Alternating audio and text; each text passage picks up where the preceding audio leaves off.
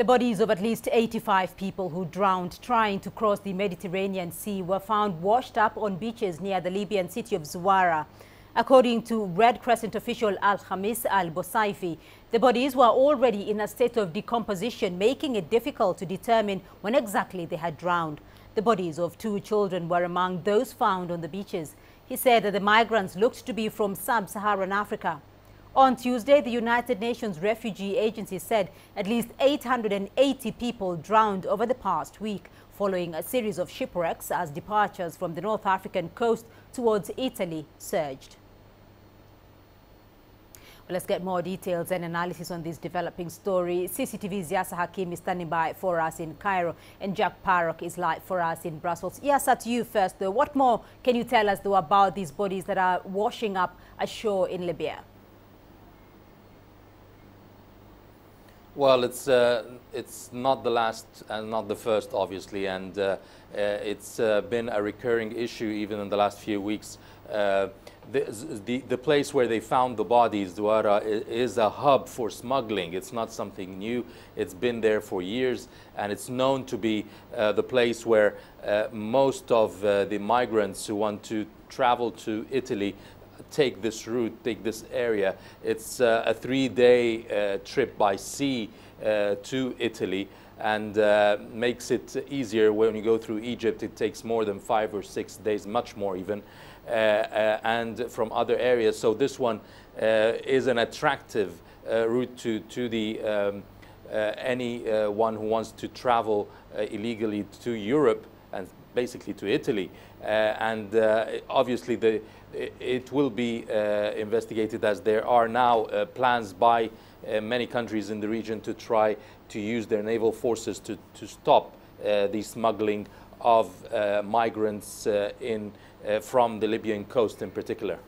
Jack, the migrations to Italy have surged in the recent past. Do we have any more information, though, on this particular incident from the authorities in Europe? We haven't heard anyone in Brussels comment on it quite yet, but here they're working very hard at looking into this North African coastline route into Italy. We saw a deal between the European Union and Turkey really seal off the route between the Turkish coastline and the Greek islands, and that's why so many people are now being forced to leave the North African coastline.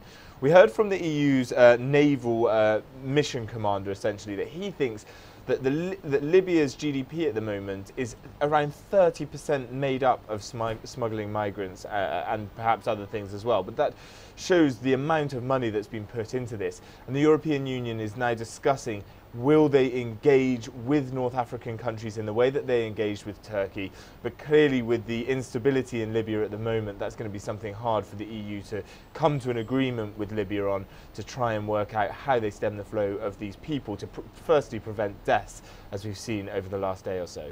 Well, yes, we do understand, though, that most of the bodies recovered are reportedly of migrants from sub-Saharan Africa. Is there a sense, though, in the region that there's a surge in the number of Africans trying to cross the Mediterranean into Europe, and why is this?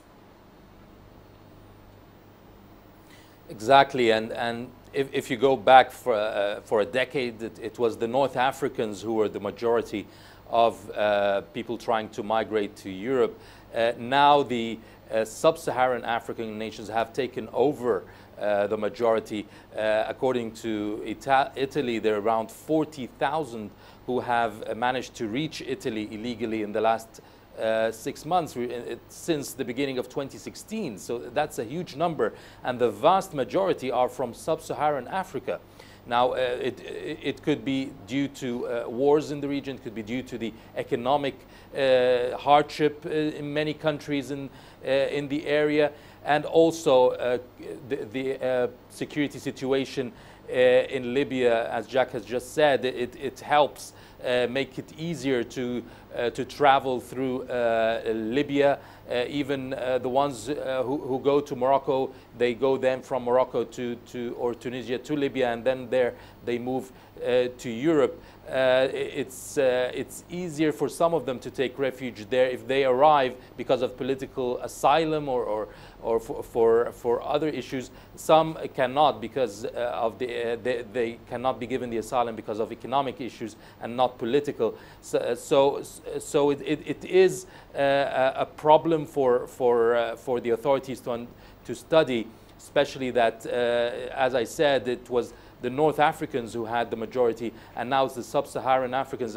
And once there is also the deal between Turkey and the EU goes through concerning migration, you can even see Syrians that will be coming from this area as well, and Iraqis. One of the boats that capsized a week ago, for the first time in a while, there were Syrians on board. So it shows there will be an influx from the other side as well.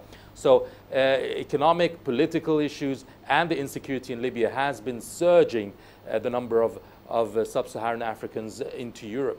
Well, and Jack, though, despite the dangers involved and the clear dangers of that route, though, there is still no let-up in the migration. There are also reports now of another migrant boat capsizing a few hours ago off the coast of the Greek island of Crete. What more do we know about this? Indeed, so the Greek Coast Guard has said that around 302 people have been rescued from one boat that they believe has sunk, and that they actually think that they've recovered 3 bodies as well. So it's another major incident. And what's significant about the fact that it's being found, this boat is off the coast of Crete, around 70 nautical miles to the south, I believe, is that Crete is not one of the islands that was heavily hit by the Turkish coastline a kind of exodus of refugees and migrants that have been using that route. Crete is in the South Aegean Sea of Greece and is north of Libya and Egypt, so they're thinking that this boat has more than likely left the North African coastline, which is another aspect of putting pressure on the European Union to tackle this North African route into the European Union, which has commonly seen refugees and migrants arrive in boats in Italy, but it now looks like they're going to be arriving in Greece as well. So it's going to be another issue, another location for the European Union and their Coast Guard to look into. Operation Sophia, which is a joint EU mission in the Mediterranean Sea, has been extended for another year in the middle of last month. And there's also a process of approving a European Union Border and Coast Guard to cover for the whole of the European Union, where Border and Coast Guard officials from all of the member states will go to locations where it's most needed. And the European Union says that that needs to happen as soon as possible so that they can start dealing with these migratory routes that at the moment it kind of seems they're scrambling to have to deal with when a new location turns up like Crete has today. Right, Jack Parrock for us in Brussels and Yasser Hakim in Cairo. To you both, thank you.